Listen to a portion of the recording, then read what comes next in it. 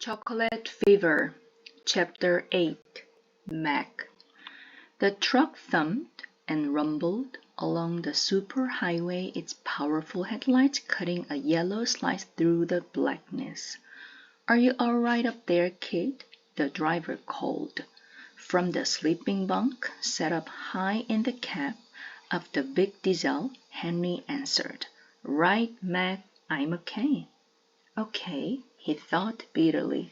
"Sure, I'm okay. I don't have a friend in the world.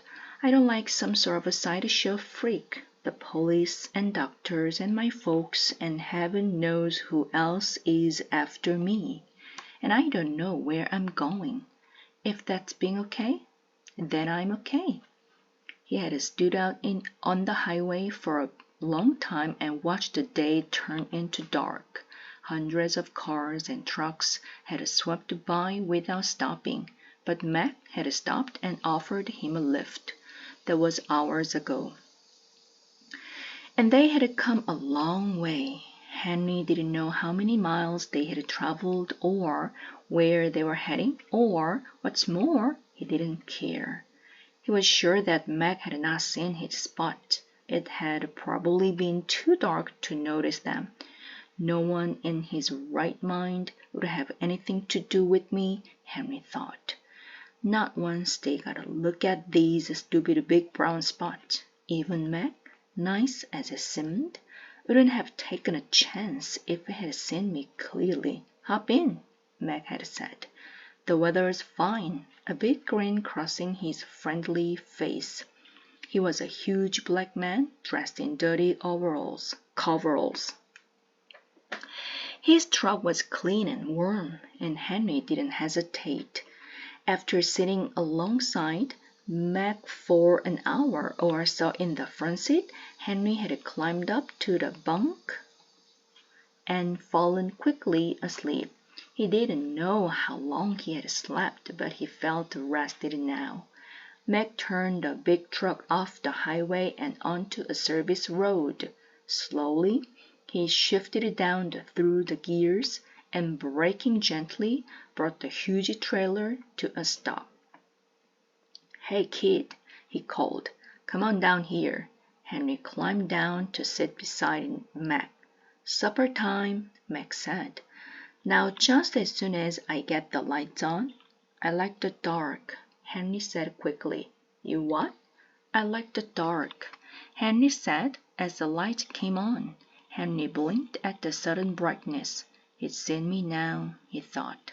Mac reached down below his seat and brought up a big picnic basket. He placed it between them on the seat. "Now let's just see what that woman gave us for supper," he said. "It's all right," Henry said. "I'll get off here." "Huh?" "I won't make any fuss," Henry said. "I'll just go quietly." "You're a strange one, kid," Mac said. "Now what are you talking about?" "Well, you must see these big brown spots all over me by now." Mac nodded. "Yeah, I see them." He began looking through the picnic basket. "You like ham and cheese?" "I'm willing to go," Henry began. "Maybe chicken spread?" "We got chicken spread too. And I do believe, yes, by heavens, tuna fish." "I mean," Henry began again, "if you don't want to have anything to do with me, I'll understand. I really will." "What'll it be?" Mac asked. "Tuna, chicken spread, or ham and cheese?" He was looking squarely into Henry's face, smiling ever so slightly. "Tuna," Henry said after a moment, taking the sandwich Mac handed him.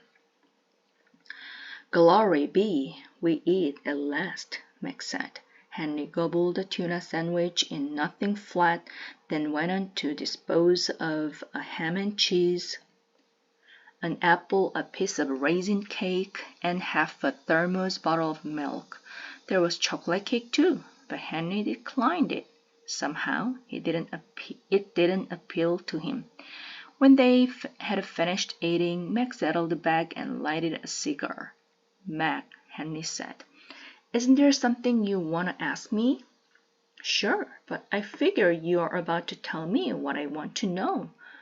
Well, Henry began, I have this disease called chocolate fever. That's what these big brown spots are all over me. Chocolate. And nobody, especially a doctor named Fargo, knows what to do about it. So I'll probably have these spots on me for the rest of my life, and that's why you are running away, Max said. I have to run away, Henry said.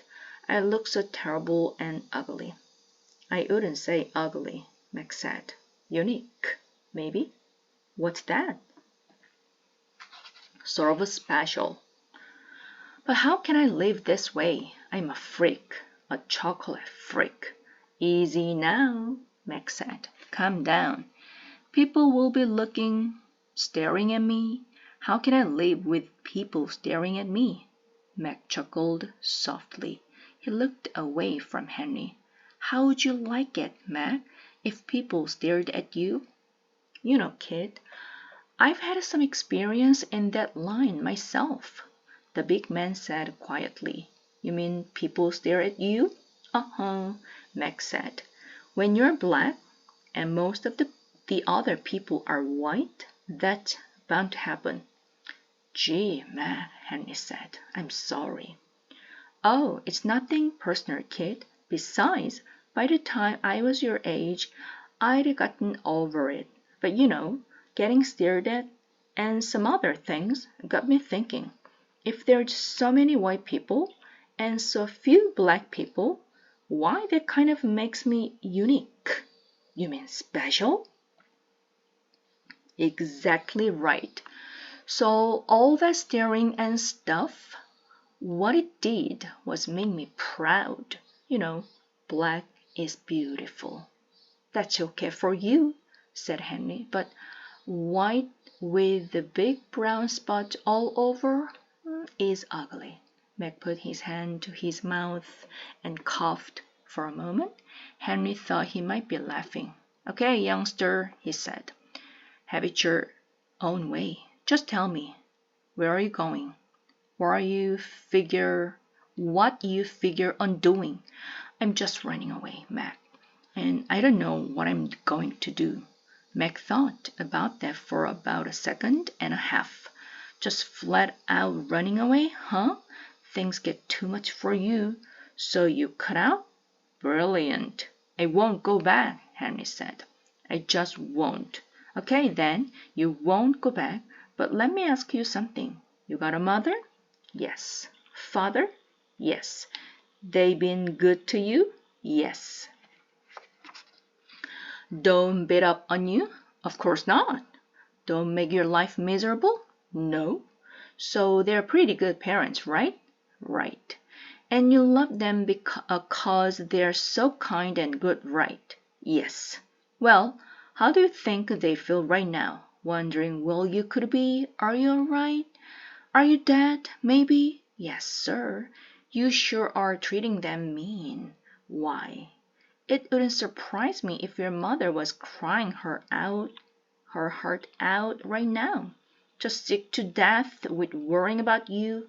But Mac, now you hush till I'm finished with what I gotta say. A good child respects his parent. Yes, sir. A good child don't cause his parent heartache or grief or worry. No, sir. Henry didn't try to say anything, but he was listening very carefully. Now, here's my plan, kid. First thing we do is drive down this road till we get to a telephone. Then you call your folks so they can stop worrying. I'm not going back to the hospital, Henry said firmly. We'll tell that to your folks too. Maybe there's someplace else you can go. Some other doctor who can take care of you. I like that idea, Henry said. Who knows? Mac continued. Maybe this chocolate fever of yours will go away. Maybe you'll just wake up tomorrow and it'll all be cured.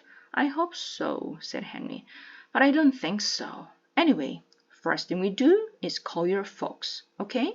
Henry smiled. There was something about the way Mac spoke that made him feel better. "How about it?" Mac asked. "Should we go find that telephone?" "What are we waiting for?" Henry said.